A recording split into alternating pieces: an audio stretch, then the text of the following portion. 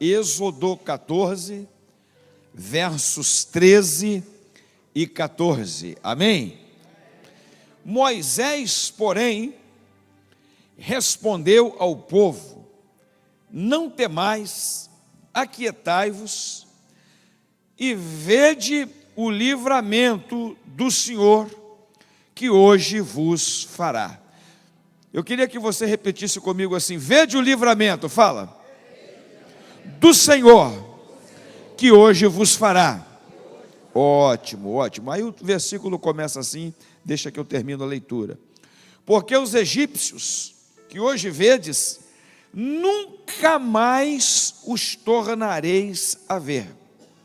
O Senhor pelejará por vós e vós vos calareis. Amém, queridos?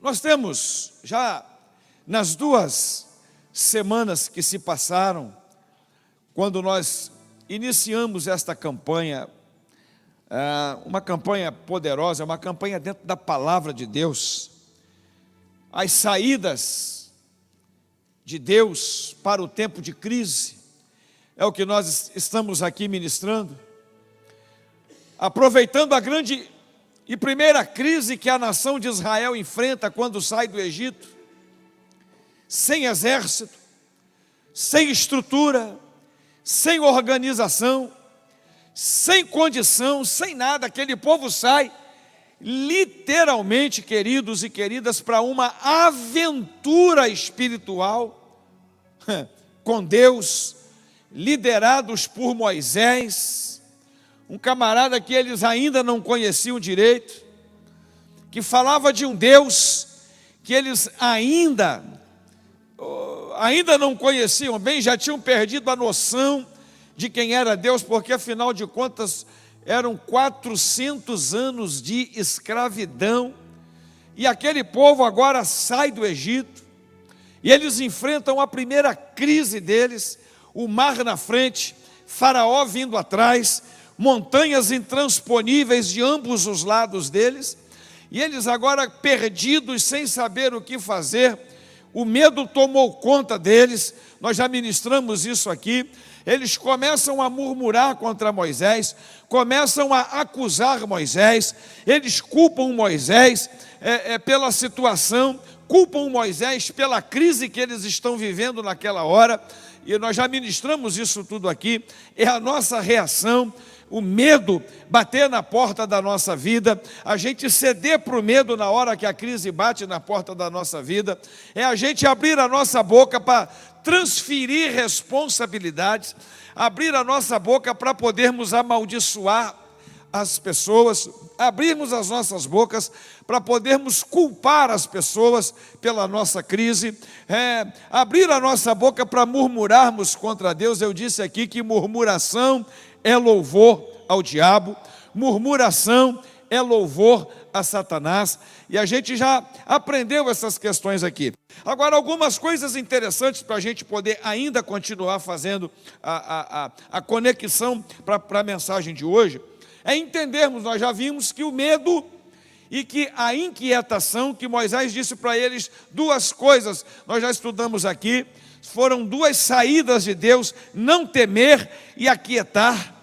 Moisés disse para eles: não temais e aquietai-vos, porque nós já entendemos que o medo e que a inquietação nos impedem de enxergar as coisas espirituais. Ninguém consegue ter discernimento espiritual vivendo o medo e abrigando o medo no coração. Ninguém consegue enxergar dimensão espiritual, dimensão do sobrenatural, debaixo da agitação, debaixo da inquietação que a vida traz, debaixo das perturbações, das aflições e das angústias que as crises nos trazem.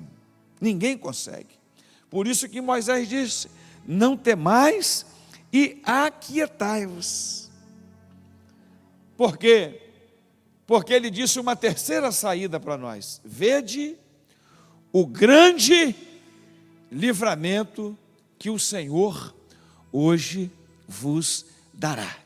É a terceira saída para nós no nosso tempo de crise. É enxergar o livramento do Senhor. Eu pedi que você repetisse isso. Enxergar, vede, enxergar o livramento que o Senhor hoje vos dará. E nesta noite, nesta saída de Deus para nós hoje aqui, eu quero falar sobre visão. Eu quero falar sobre a nossa visão hoje aqui. Eu quero que a gente vá embora daqui a pouquinho, saindo daquela porta, com os nossos olhos espirituais desvendados em nome de Jesus. Eu quero falar daqui a pouquinho de 2 tipos de visões. E quero que você vá embora para a tua casa debaixo da unção da visão espiritual. Aleluia. Eu quero que Deus trate a maneira da gente enxergar aqui hoje. Eu quero que Deus trate com os nossos olhos espirituais, para que a gente veja como Deus quer que a gente veja. Porque o medo, queridos, e a inquietação, a agitação da vida, a agitação dos problemas da vida, a agitação da tribulação da vida, a agitação da adversidade da vida, nos fazem perder a visão espiritual, nos fazem perder o foco, nos fazem perder a direção, nos fazem perder o propósito. E é muito fácil da gente se perder mesmo estando dentro da igreja. É muito fácil a gente se perder mesmo estando dentro de uma célula. É muito fácil da gente se perder mesmo estando no altar. É muito fácil a gente se perder mesmo estando cantando na casa de Deus. É muito fácil perder o propósito mesmo estando aqui ministrando. Então a gente precisa entender isso. A todo momento nós somos desafiados a ter um embaçamento da nossa visão, a ter um impedimento da nossa visão, a ter uma deturpação da nossa visão. E eu quero que você entenda nesta noite que um grande desafio da nossa jornada cristã e da nossa caminhada cristã é manter o nosso foco espiritual em Cristo Jesus, o nosso Senhor. Aliás, foi por isso que Pedro começou a afundar. Porque no meio da caminhada de fé, no meio da caminhada de milagre, no meio da caminhada do sobrenatural, ele tira os olhos de Jesus, ele perde a visão, a pegada que ele estava. Me vem na mente aqui agora também, Elias foi para a caverna, fugindo de uma mulher chamada Jezabel, que ele estava cheio de fé, cheio de coragem, de ousadia, de intrepidez. Ele havia acabado de fazer fogo descer do céu e queimar um holocausto, lamber água. Ele havia acabado de fazer a chuva voltar a acontecer naquela terra depois de 3 anos e meio. Ele acabara de matar 850 profetas falsos, que eram os 400 de Baal e 450 de Aserá. O homem estava bombando. E aí vem um recadinho dessa mulher, chamada Jezabel, dizendo, mandou alguém dizer para ele: façam-me os deuses o mesmo tanto que você fez com os meus profetas, se amanhã, a esta hora, eu já não tiver te exterminado da face da terra. Aquela palavra, aquele recado, para um cara que estava fazendo fogo descer do céu, era o quê? Só que naquele momento ele perde o foco espiritual, ele perde a visão espiritual e ele foge, e ele corre, e ele sai de cena durante 60 dias, e só vai ser achado por Deus dentro de uma caverna. Ele sai de Israel e vai para o Egito, vai para o Sinai, vai para o Monte Horebe e se esconde lá numa das cavernas do Monte Sinai. Fica escondido lá. Desanimado, abatido, cabisbaixo, perdido, derrotado, fracassado, aniquilado, porque perdeu o pique espiritual. Quando a gente fala de visão, ou da visão espiritual, nós estamos falando da pegada espiritual. Nós estamos falando de um ritmo espiritual que a gente precisa ter. Nós estamos falando de um nível, de um patamar espiritual que todos nós precisamos ter. Esse foi o problema daquele povo. Este era, naquele momento, o problema daquele povo. Moisés identifica as coisas de maneira muito perfeita. Moisés percebe o medo e diz: não temais. Moisés percebe a agitação e diz: aquietai-vos. E Moisés percebe o agir de Deus, ele consegue entender que Deus está no negócio. A fé que o movia a estar ali naquele momento era tão grande que ele sabia que Deus estava ali. Mas aquele povo não conseguia enxergar Deus ali. O povo não conseguia ver. Por quê? Por causa do medo, por causa da agitação. Por isso que ele pediu: não temais, aquietai-vos. E em terceiro lugar ele diz: abram os vossos olhos. Gente, enxerga, contempla, vede o grande livramento que hoje Deus vos dará. Vamos abrir os nossos olhos e entender que Deus está no negócio. Vamos abrir os nossos olhos e entender que Deus está no controle da situação. Por pior que ela pareça, por mais difícil que ela nos apresente.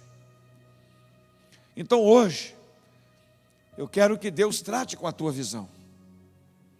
Eu quero que Deus toque nos teus olhos hoje, para você enxergar de forma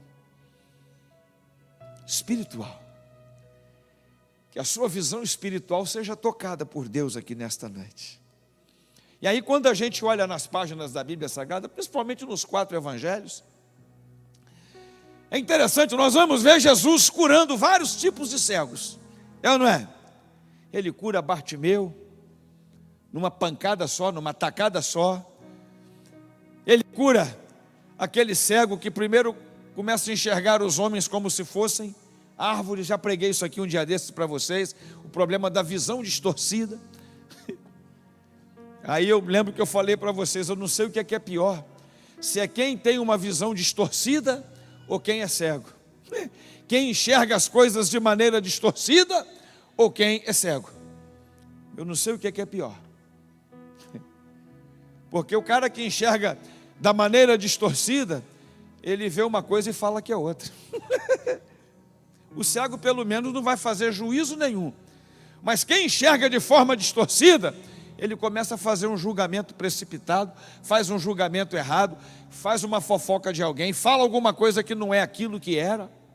É um problema, é um problema. Ele pensa que está bom e não está, pensa que está legal e não está, pensa que sabe, mas não sabe, pensa que pode, mas não pode. Então Jesus, ele curou cegos de nascença, mas ele curou também cegos que tinham perdido a visão. Bartimeu, por exemplo, não era cego de nascença. Por quê que eu sei disso? Porque quando ele responde para Jesus, quando Jesus disse assim: o que queres que eu te faça? Ele diz assim: que eu torne a ver. Então, ele já tinha enxergado algum dia e havia perdido a visão. Queridos, e a igreja tem esses dois tipos de cegos. A igreja tem gente que nunca teve visão espiritual, infelizmente. Mas a igreja tem pessoas que tiveram visão espiritual e perderam a visão. Se perderam ao longo do caminho, perderam o propósito, perderam a missão, se perderam no foco, se perderam na caminhada, se perderam durante a trajetória. Mas eu novamente ministro e profetizo em nome de Jesus. Se você ainda não descobriu teu propósito, se você ainda não descobriu tua missão, se a tua visão não alcançou isso em Deus ainda, aleluia, nesta noite nós vamos orar aqui para Deus poder fazer brotar, aleluia, visão espiritual na tua vida. Você vai contemplar as coisas como você nunca contemplou. Você vai ver a glória de Deus, você vai ver a beleza de Deus, você vai ver o chamado de Deus para a tua vida, você vai descobrir teu lugar no corpo, você vai descobrir o propósito para o qual você foi chamado, você vai descobrir para que você existe, você vai descobrir, às vezes até por que está passando essa crise e para que está passando, aleluia. Deus vai abrir teus olhos espirituais aqui nesta noite em nome de Jesus.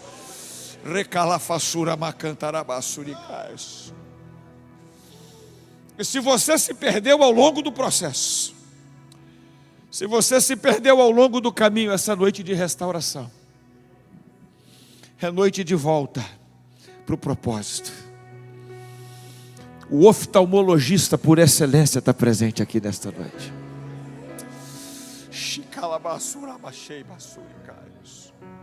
Aleluia. E Ele vai tocar na tua vista como Ele tocou na vista de Bartimeu. Você vai voltar a ver. Você vai tornar a ver como você precisa ver. Aleluia, aleluia.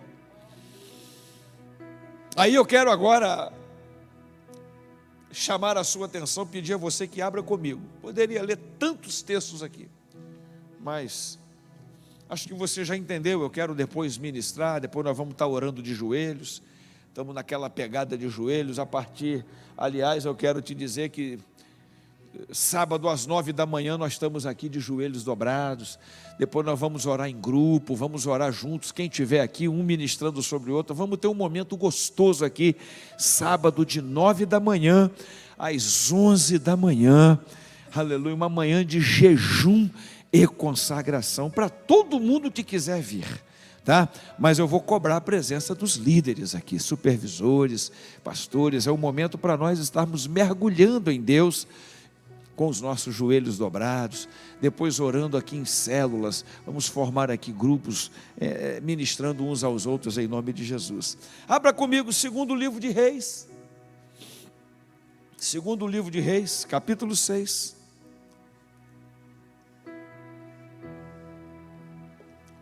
Dois tipos de visão. Segundo livro dos Reis, capítulo 6, a partir do verso 8. Segunda Reis 6, 8 em diante. Amém, queridos? 6, 8.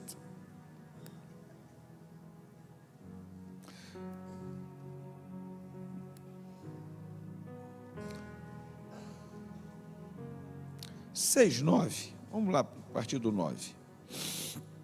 Amém, queridos? 6, 9. Mas o homem de Deus mandou dizer ao rei de Israel: guarda-te de passares por tal lugar, porque os sírios estão descendo por ali. Então, tendo-se turbado com este incidente, verso 11, eu pulei, coloca o 10 para mim aí, querido. Pelo que o rei de Israel enviou àquele lugar de que o homem de Deus lhe falara e de que o tinha avisado, e assim se salvou. Isto aconteceu não uma vez só, nem duas. Então, 11, tendo-se turbado com esse incidente, o coração do rei da Síria, chamou ele os seus servos e lhes disse: não me fareis saber quem dos nossos é pelo rei de Israel? Respondeu, que bacana isso, um dos seus servos: ninguém, ó rei, meu senhor, mas o profeta Eliseu. Olha bem o que é visão espiritual. Que está em Israel, faz saber ao rei de Israel as palavras, aleluia, que falas na tua câmara de dormir. Ele disse: ide e vede onde ele está, para que eu mande prendê-lo. Foi-lhe dito: eis que está em Dotã. Então enviou para lá cavalos, carros e fortes tropas. Chegaram de noite e cercaram a cidade. Tendo se levantado muito cedo o moço do homem de Deus e saído, eis que tropas, cavalos e carros haviam cercado a cidade. Então o seu moço lhe disse: ai, meu senhor, que faremos? Ele respondeu: não temas, porque mais são os que estão conosco do que os que estão com eles. Orou Eliseu e disse: Senhor, peço-te que lhe abras os olhos para que veja.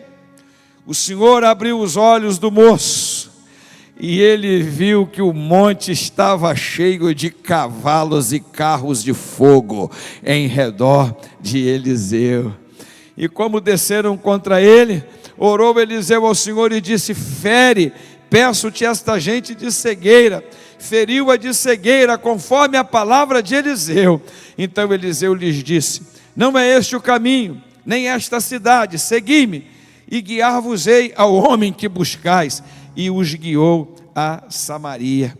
Tendo eles chegado a Samaria, disse Eliseu: ó Senhor, abre os olhos destes homens para que vejam. Abriu-lhes o Senhor os olhos e viram, e eis que estavam no meio de Samaria. Quando o rei de Israel os viu, perguntou a Eliseu: feri-los-ei, meu pai? Respondeu ele: não os ferirás. Fere aqueles que fizeres prisioneiro com a tua espada e o teu arco. Porém, a estes manda pôr-lhes diante pão e água, para que comam e bebam e tornem a seu senhor. Ofereceu-lhes o rei o grande banquete, e comeram e beberam. Despediu-os e foram para seu senhor. E da parte da Síria não houve mais investidas na terra de Israel. Amém, queridos? Algumas coisas interessantes aqui. Primeiro eu quero destacar dois tipos característicos de visão que nós enxergamos nesse texto, que precisamos considerar na nossa vida espiritual. Primeiro é a visão natural, ou é a visão carnal, a mesma coisa.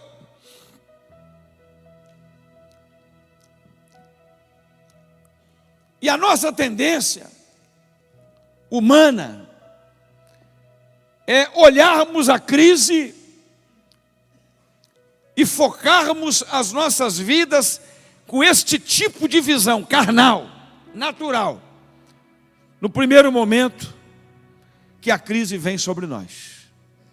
Por isso que a gente tem medo, por isso que a gente se agita, fala demais, se inquieta, e é por isso que a gente não consegue ver a glória de Deus, e é por isso que não conseguimos fluir no sobrenatural, e não conseguimos perceber que Deus está no controle e que Deus está agindo. Foi a primeira ação daquela nação, e era o maior desafio de Moisés. Trabalhar a visão daquela nação, trabalhar a visão daquele povo. Porque a visão natural, a visão carnal, é a visão física só. A gente não consegue enxergar além daquilo que os nossos olhos físicos veem.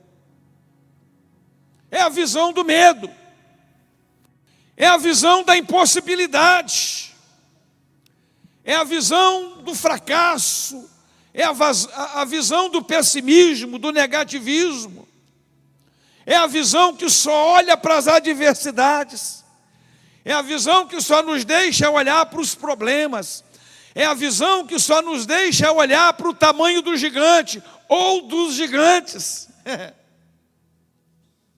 Como aqueles 10 espias, que nem carregando um cacho de uva, qualquer hora dessa eu vou trazer uma foto para vocês aqui, impressionante, uma foto que eu vi um dia desses, eu guardei aquela foto. Irmãos, cacho de uva deste tamanho, ainda hoje sendo produzido em Israel. Deste tamanho, não estou exagerando não. 2 homens não dão conta de carregar o peso daquele cacho de uva. Negócio absurdo, monstruoso, ainda hoje. E nem aqueles espias, vendo o tamanho da bênção que aquela terra produzia, eles eram capazes de enxergar que Deus estava com eles, porque a visão deles era essa visão natural, era essa visão carnal. Aquela multidão de 2,5 milhões a 3 milhões que estava acusando Moisés naquela hora, só conseguia enxergar o mar. Só conseguia enxergar a poeira que vinha atrás dos exércitos de Faraó. Só conseguia enxergar os morros, as montanhas, os penhascos. E eles só conseguiam enxergar que estavam encurralados num beco sem saída. O que eu já disse para vocês aqui.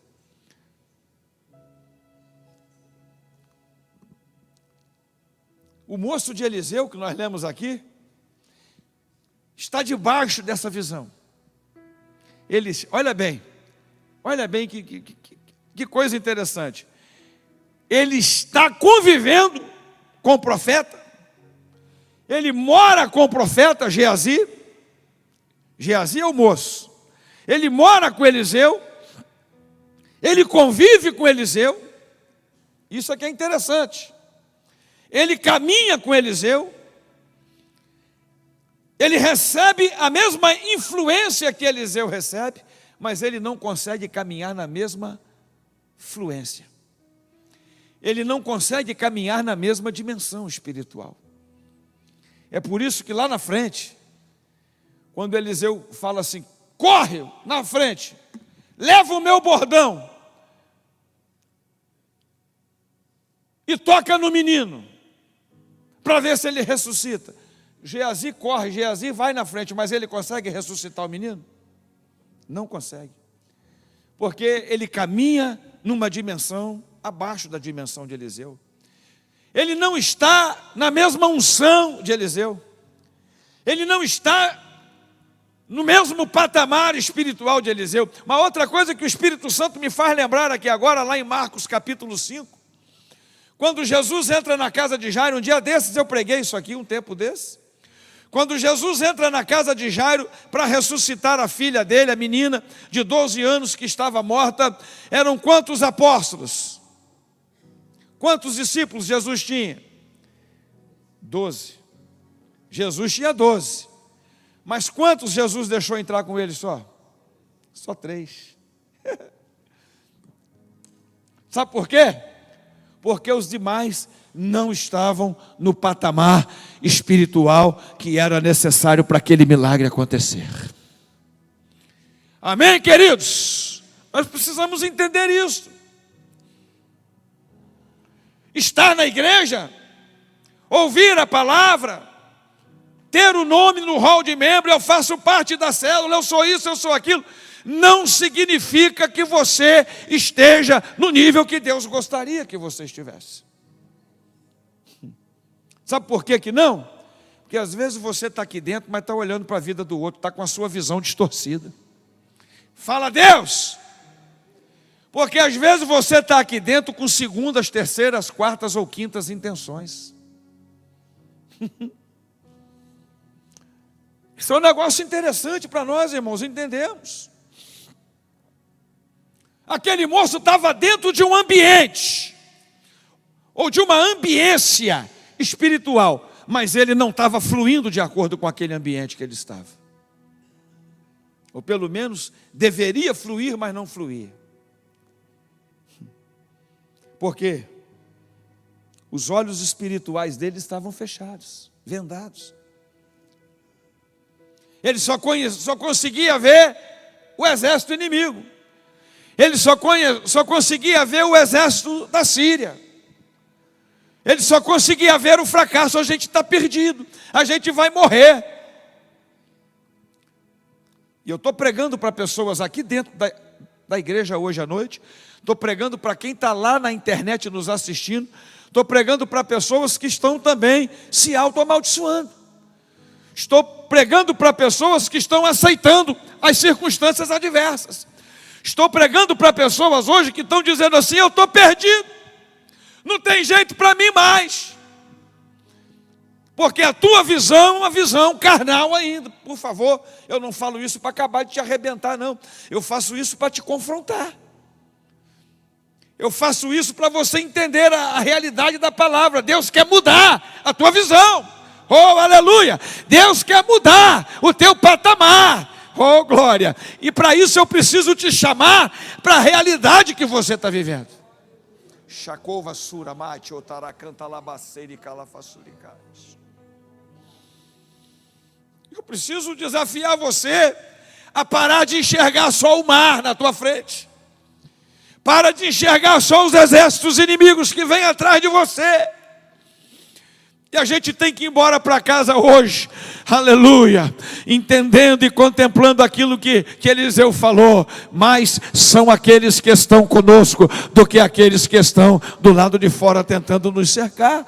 Maior é aquele que nos guarda, e a gente tem que enxergar esse Deus.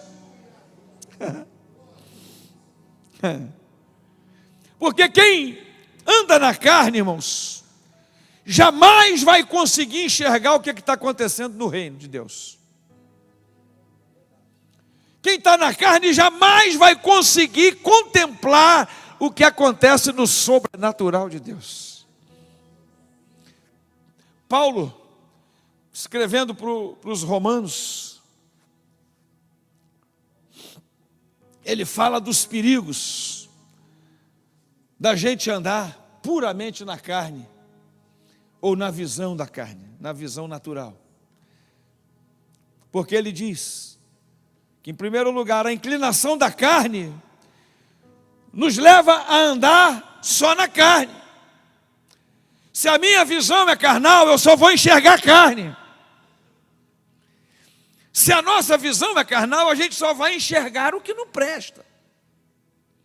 Só vou enxergar luta, só vou enxergar dificuldade, só vou enxergar problema, só vamos enxergar pecado, só vamos enxergar o que os nossos olhos gostam, só vamos enxergar aquilo que é pecado.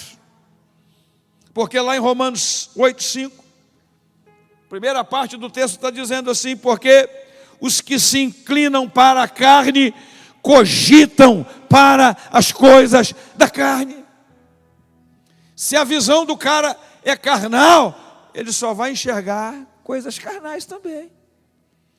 Se a nossa visão ela está no natural, ela está no carnal, nós só vamos enxergar o carnal. É por isso que nós temos tanta crítica destrutiva dentro da igreja. É por isso que temos tantos pecados dentro da igreja. Por quê? Porque são pessoas carnais. E que só olham para defeitos, só olham para problema e só olham para coisas que os olhos carnais gostam de olhar. Quem está entendendo, irmãos? Amém? Visão carnal vai puxar para a carne. Em segundo lugar, a gente tem que entender que a visão carnal, a tendência da carne, ela nos conduz à morte. Nos conduz à morte. Porque lá no verso 6 de Romanos 8:6, Paulo está dizendo que o pendor da carne é a morte. O pendor da carne é a morte. Lá em Romanos 8:13 ele diz assim: porque se viverdes segundo a carne, ele está dizendo, caminhais para a morte. O salário do pecado é a morte. Romanos 6:23. Quando a gente anda pela carne, irmãos, Paulo diz isso muito claro, a gente se torna inimigos de Deus. Que coisa terrível, hein? A visão carnal nos torna inimigos de Deus. Por quê? Porque ficamos insubmissos, desobedientes, rebeldes. E rebelde se torna inimigo. Quem se rebela se torna inimigo. Romanos 8,7 está dizendo: por isso, o pendor da carne é inimizade contra Deus, pois não está sujeito à lei de Deus. Está escrito na... Quem está na carne não agrada a Deus, quer agradar a si mesmo. Então, queridos, a gente precisa pedir a Deus que trate depressa, para ontem, a nossa visão espiritual. Por que eu estou dizendo isso? Não é porque está atrapalhando você de ser vitorioso, não. É mais grave do que isso ainda. Não somente está atrapalhando você de receber a tua vitória, não. É mais sério do que isso ainda. É porque a nossa visão carnal nos afasta de Deus. E longe de Deus, irmãos, longe de Deus, nós estamos profundamente perdidos. Longe de Deus, nós estamos na morte. E o pior é a morte eterna, longe de Deus. Mas eu glorifico a Deus, porque o Senhor é um Deus de misericórdia, um Deus de graça. E Ele, mesmo e apesar de nós, se a gente quiser, Ele nos leva mais além. Como aquela música que a gente canta: leva-me além, leva-me além, a um nível mais profundo de intimidade contigo, ó Senhor. Leva-me além, leva-me além,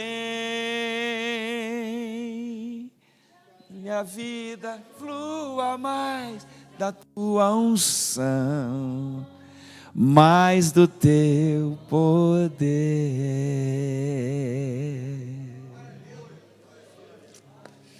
Chamara canta labasse, ora xiribe canta lá façuricais. Graças a Deus, que Ele nos tira do nível da carne, e se a gente quiser, Ele nos leva para o nível do Espírito. Mesmo sendo nós tão defeituosos, mesmo sendo nós tão pecadores, aleluia, se a gente quiser, Ele abre a nossa visão, para a gente enxergar coisas maiores. Ele nos tira do nível da visão carnal, natural, e nos leva para a dimensão da visão espiritual.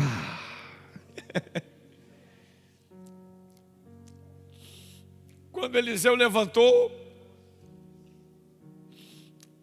debaixo do desespero de Geazi, o seu moço: o que está acontecendo, Geazi? Olha aí, Eliseu, nós estamos perdidos. Olha, os exércitos inimigos cercaram a cidade. Aleluia. Aí ele disse: Senhor, Senhor, abre os olhos desse moço, para ele enxergar de forma espiritual. Aleluia. E aí ele viu, e Deus abriu, e Deus teve misericórdia de Geazi. Os olhos espirituais dele foram desvendados, os olhos espirituais dele foram abertos, e ele viu as carruagens de fogo dos exércitos de Deus. Ele viu como é que é o exército de Deus, ele viu como que são os anjos. Ele viu como que é a glória do Senhor, ele viu.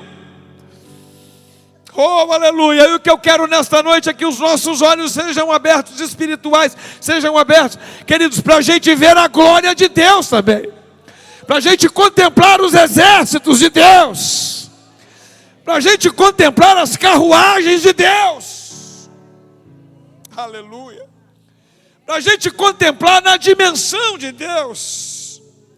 Oh, que teremassuri, caras, aleluia. Esse era o desafio de Moisés. Abra os vossos olhos e vede o grande livramento que hoje Deus vai fazer. Deus está aqui, meu irmão. Deus está aqui, povo. Ele está no controle da batalha. Ele está aqui, vocês têm que enxergar Ele. Esse é o nosso desafio. Esse é o desafio da igreja brasileira hoje. Esse é o desafio da igreja de hoje. Aleluia. Trazer Deus para o centro outra vez. Nós perdemos o foco. Trouxemos tantas coisas e Deus está na prateleira. E quando a gente abre os nossos olhos, nós vamos ver que a primeira coisa que tem que estar presente é Deus no centro. É uma igreja cristocêntrica.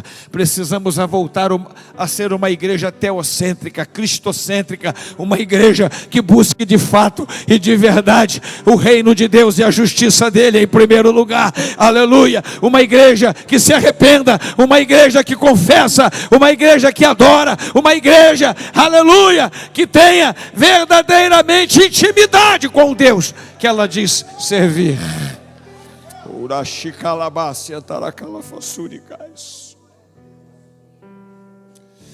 Temos tantos programas na igreja, temos tantos eventos na igreja, temos tantas coisas, tanto entretenimento na igreja.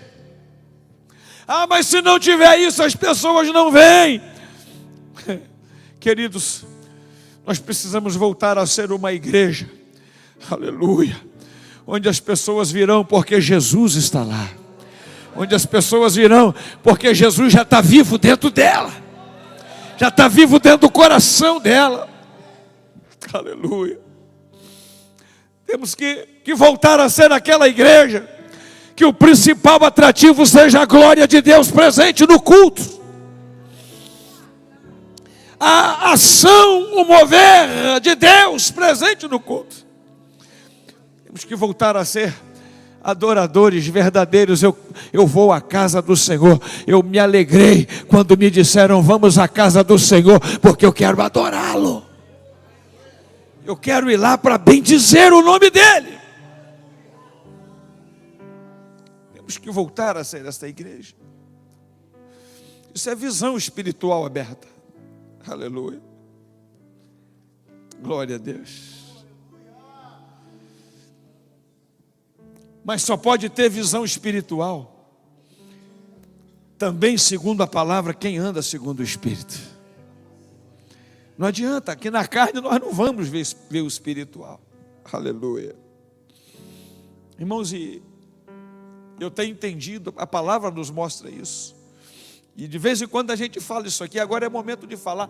Para cada ação física que acontece aqui, tem um mover espiritual primeiro. Para cada ação física há uma realidade espiritual por trás.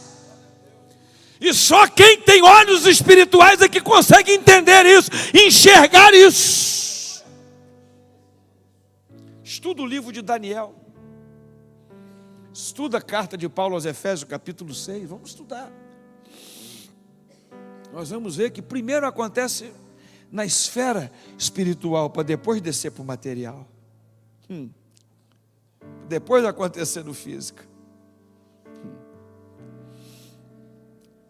Paulo fala ainda lá nos Romanos que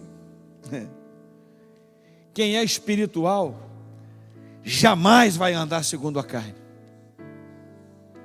Mas o Espírito tem que estar em nós. O Espírito Santo tem que estar nos movendo. Romanos 8:9 diz assim: porém vós não estáis na carne, mas no Espírito, se de fato o Espírito de Deus habita em vós. E se alguém não tem o Espírito de Cristo, esse tal não é dele.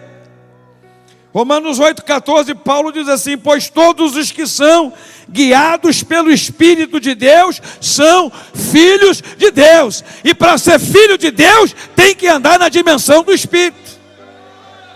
Quem é filho de Deus de verdade tem visão espiritual, porque anda segundo o Espírito e não segundo a carne. É uma verdade bíblica incontestável. Por isso que está lá em Romanos 8,16, que o próprio Espírito Santo testifica com o nosso Espírito que nós somos o quê? Filhos. Por isso que cantamos aqui: sou filho de Deus, e eu não temo mais temer, sou filho de Deus. Quem confirma isso dentro de mim? Quem confirma isso dentro de você? É o Espírito Santo de Deus. Ele canta lá, basura, machecaios. Aleluia. É o Espírito que testifica com o nosso Espírito que somos filhos de Deus.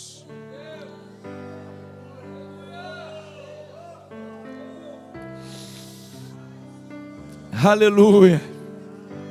Eu não tenho, sou filho de Deus.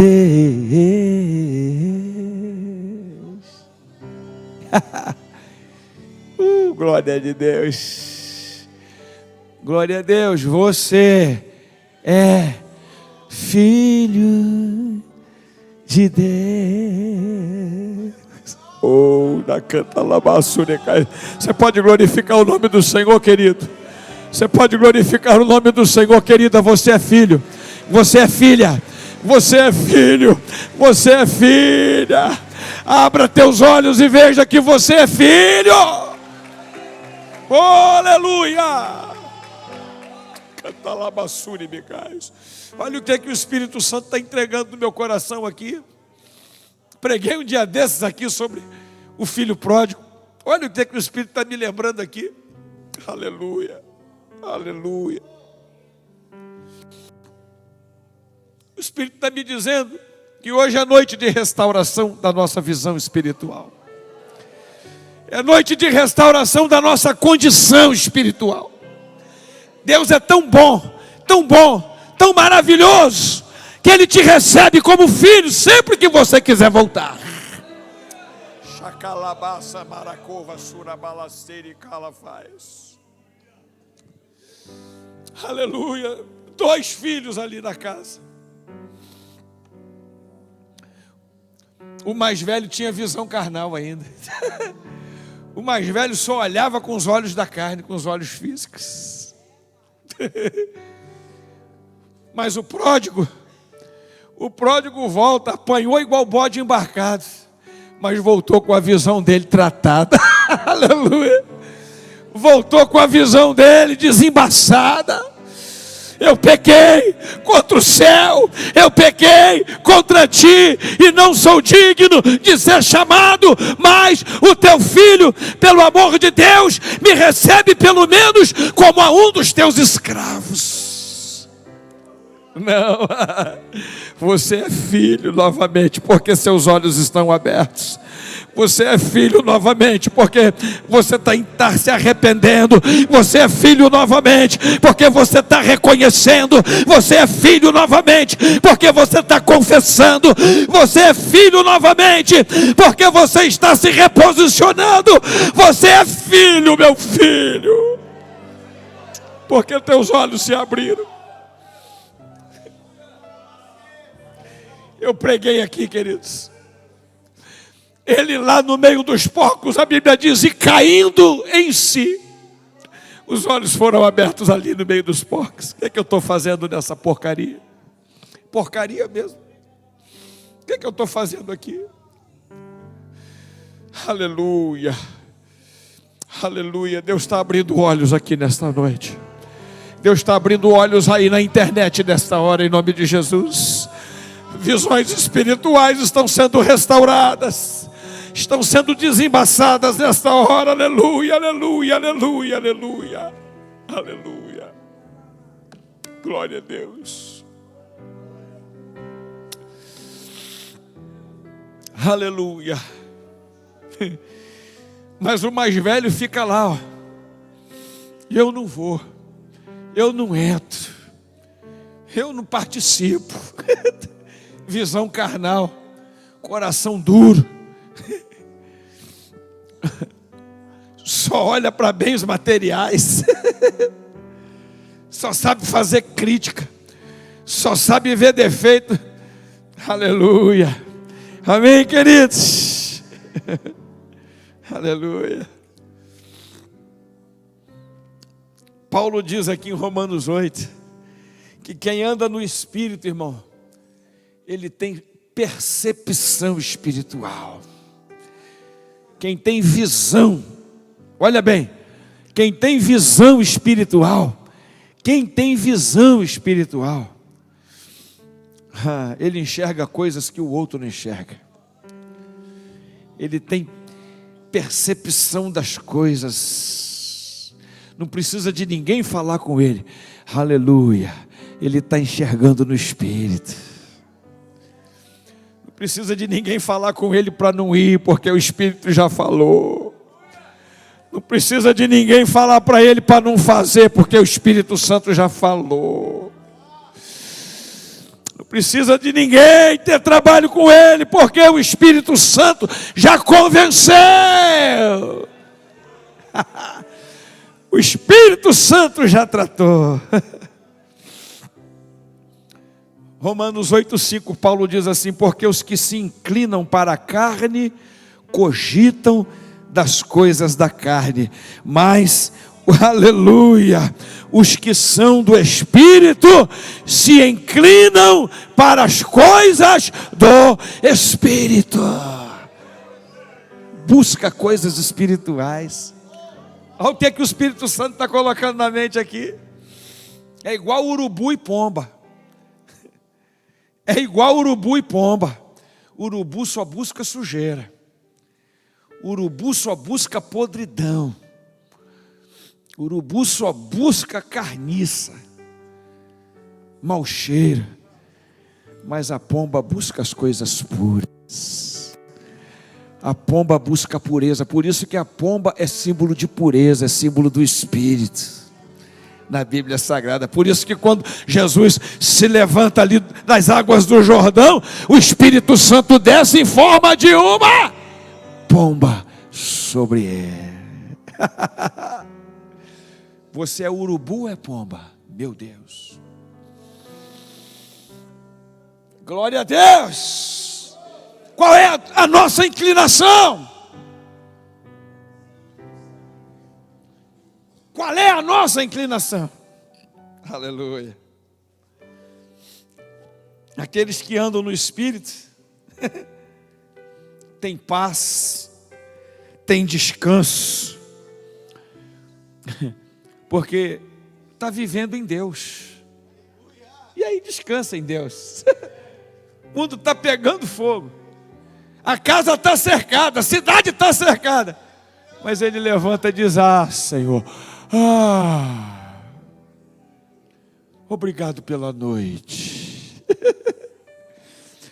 Maior é o que está conosco do que aquele que está lá fora querendo nos tragar. O anjo do Senhor é aquele que acampa ao meu redor. 1000 se levantam ao meu lado, 10.000 à minha direita, mas eu não vou ser atingido. Quem tem visão espiritual, ele ora como o salmista no Salmo 121. Eleva os meus olhos para os montes, de onde me virá o socorro? Eu estou cercado pelos montes, mas olha para cima, o meu socorro vem do Senhor que fez os céus e a terra. e Ele não deixará os meus pés vacilarem. Porque não dorme aquele que guarda Israel, nem pisca, nem tosqueneja. Ele é aquele que guarda a minha entrada, é aquele que guarda a minha saída, é aquele que guarda a minha estadia, aleluia. É aquele que não deixa o sol me queimar durante o dia, e nem a lua me molestar durante a noite. Oh, aleluia, aleluia, aleluia, aleluia. Oh, glória. Porque eu estou nele, eu estou em Deus. Eu estou nele. Aleluia, aleluia. Aleluia. Glória a Deus. A parte B do versículo 8, do capítulo 8, verso 13 de Romanos, Paulo diz: se viver na carne é morte. Mas ele diz: mas se viver pelo Espírito e mortificardes o vosso corpo, ele está dizendo: certamente vivereis. Aleluia. Louvado seja o nome do Senhor Jesus. Vamos ficar em pé na presença do Senhor. Eu acho que eu falei, atingimos o objetivo do que eu queria nesta noite.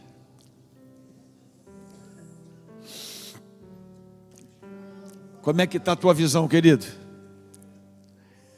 A tua visão determina a tua inclinação.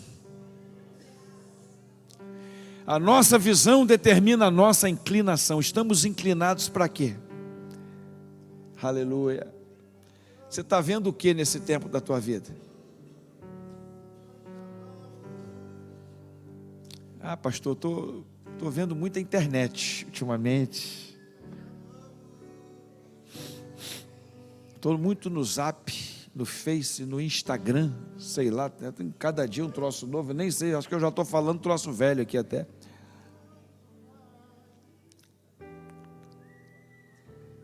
Eu estou vendo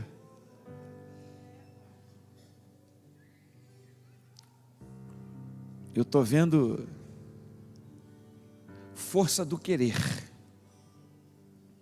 Eu posso ser o que eu quiser. É a mensagem que está sendo passada. Eu posso ser o que eu quiser. Eu sou mais forte do que Deus.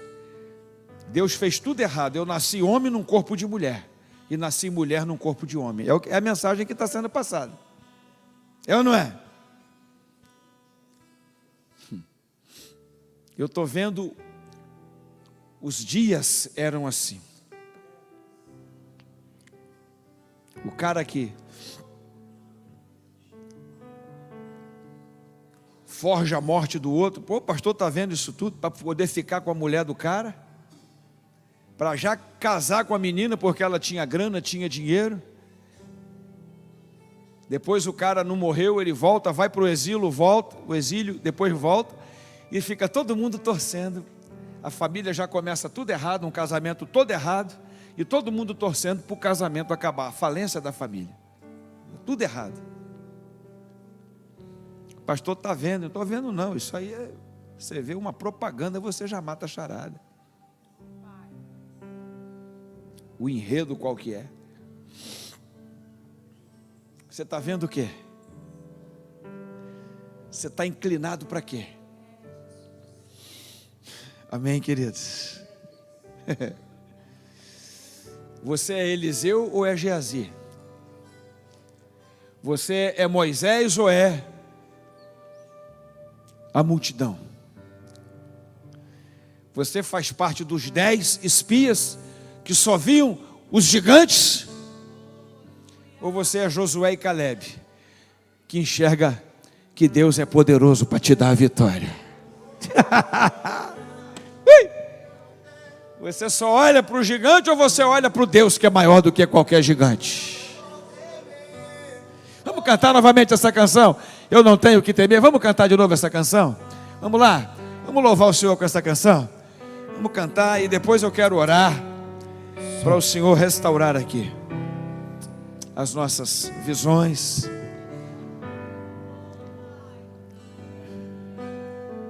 Vamos louvar o Senhor Jesus. Quem precisa de ter a sua visão restaurada? quem quer ter a sua visão restaurada, sai do teu lugar, vem aqui na frente, vem aqui orar no altar. Eu preciso ter a minha visão restaurada. Eu quero ter a minha visão ampliada. Senhor, aumenta a minha visão. Sai do teu lugar, vem aqui. Senhor, eu quero ter meus olhos espirituais abertos. Sai do teu lugar e vem aqui na frente. Vem aqui em nome de Jesus. Dos meus inimigos, libertaste-me. Glória a Deus. Todos meus Glória a Deus. medos se vão. Eu não tenho que temer. Eu sou filho, glória a Deus, de Deus. Eu não tenho que temer. Eu sou filho de Deus.